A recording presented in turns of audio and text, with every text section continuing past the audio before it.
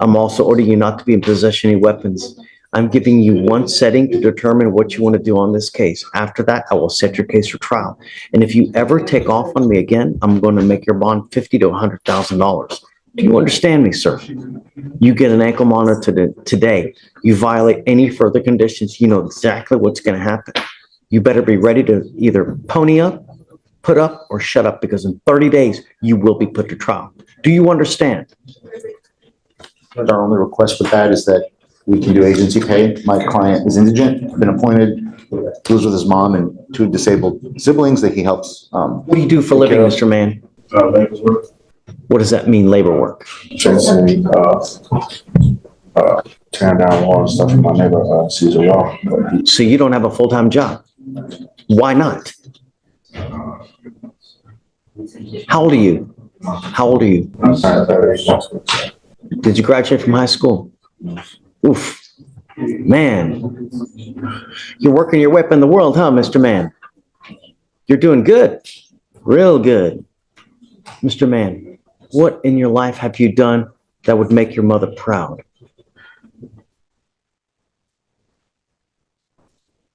Nothing. So this is what we're going to do. I'm bringing you back in 2 weeks, and I want to see what you have done to get a full-time job. If you have done nothing, life between me and you will just not go well. Do you understand? I want to see at least 20 applications put in for a full-time job. Beggars can't be choosers. So if it means getting a job at McDonald's, Popeyes, Home Depot, or Lowe's, then that's what you got to do. But you're 29, 30 years old. Have you ever had a full-time job? Have you ever had a full-time job?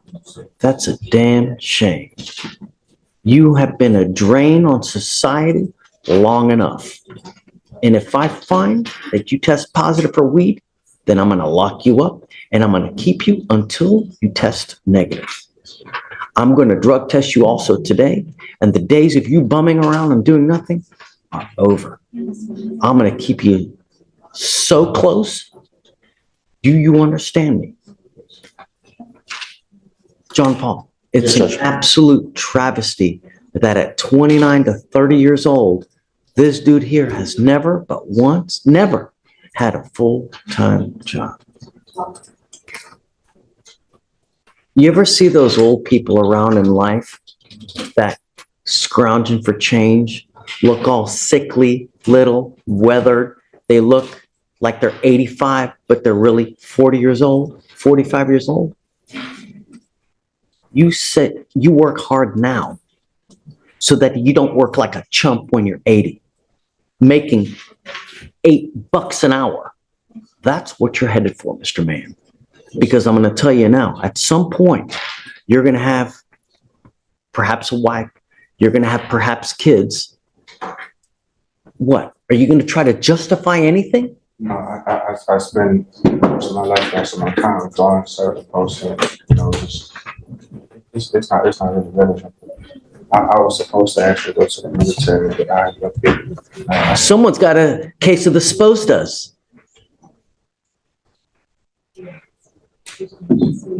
You know, perhaps that would do you well.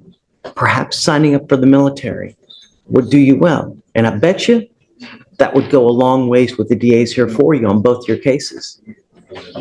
Go talk to an Army recruiter now, see if they'll take you. I don't just do it because,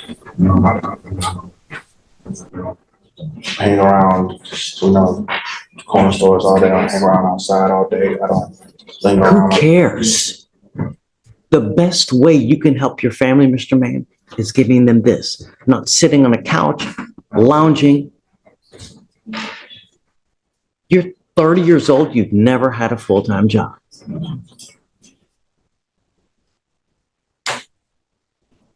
It ends today. And, I don't care that this case is 1,300 days old. I'm going to keep him until we know that he's on the straight and narrow. And if I have to lock you up 30 days at a time to get you to stop smoking weed or to get you to test negative, then that's what I'm going to do. And I really, now I'm at the point where I don't care this case is 1,300 days old. We're going to keep you here until two things happen: that you start working full-time, that you start being a productive member, and you test negative. Do you understand? Okay, so I'm sending him for a test now because I want to know what, if anything, is in his system. And then we'll see him back in 2 weeks to see what he's done to get a full-time job. You know what's expected of you. Forewarned is fair warned. Do you understand? You catch my drift? Good. All right.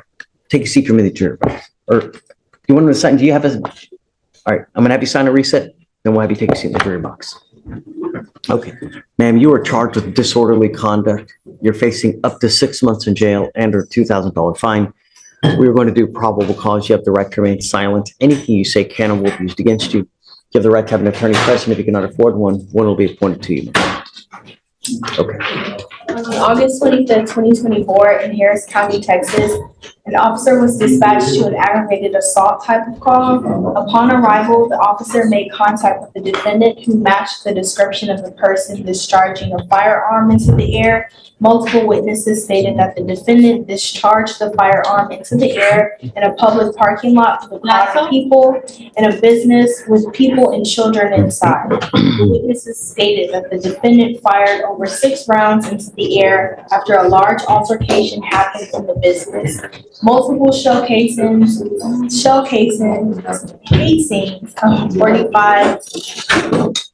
are located at the scene. The witnesses described the defendant as a black female wearing a gray long dress and gray hair. Any alcohol allegation? What time of day? What time of night? 7. Stop, please. You know, what you need to understand is what goes up must come down. What goes down ricochets. And if you hit and kill someone, guess who gets charged with murder? Guess who's looking at a life sentence at that point? You need to be careful what you're doing, because there's always ramifications. There's always consequences to behavior. And even if you didn't intend it, you kill someone, you're the one that's going to be charged with, at the minimum, manslaughter, like this other person here on the news yesterday. And then you might plead to 30. So I'm now ordering you, as a condition of your bond, not to be in possession of weapons. Do you understand? If I find that you have any weapons whatsoever, I will put you in jail. I will do everything in my power to protect Harris County and every single person in it. And if that means locking you up, I'm going to do it in a heartbeat. Do you understand? Yes, sir. May I respond? Yes, sir. We have, and I am in the process of presenting the state with the list of witnesses. I'm going to subpoena the. So the judge stops talking about guns, and suddenly we're having a full-blown life intervention. This man is almost 30, never had a full-time job, and the judge is not impressed. 20 job applications. McDonald's, Popeyes, Home Depot, no excuses. The message. Court isn't just about crime today. It's about getting your life together. Video footage to show that this defendant did not have a weapon, did not discharge a weapon. There was an individual who did discharge a weapon, as well as a second individual, a male, who discharged a weapon. And we're going to get you the coach who was there, who would testify that this witness did not discharge a weapon, as well as we will get you the video footage to show that. Sure. I wasn't there. Right. Like, I don't know. All I know is that when you fire a gun, if you fire it up, the bullet's got to come down somewhere. If you fire it down, it's going to ricochet, and whoever knows which position it goes. But if it hits and kills, you're on the hook, because now they think it's you. Even if it's not you, you're going to have to spend money on a lawyer. You're going to have to spend money on investigative fees. You're out $20,000 right then and there. You know what I mean? So be careful. All I'm saying now is just no weapons. That's all I'm asking you to do, and don't pick up any new cases. You have a lawyer. Because you have a lawyer, I will waive your appearance, but it's your responsibility to stay in touch with Mr. Jones. He will tell you when you have to come back to court. If he tells me he can't get a hold of you because you're playing games, I will issue a warrant for your arrest. I will not give you any PR bonds, and I don't care what you're kicking and screaming and it was somebody else's fault. You understand?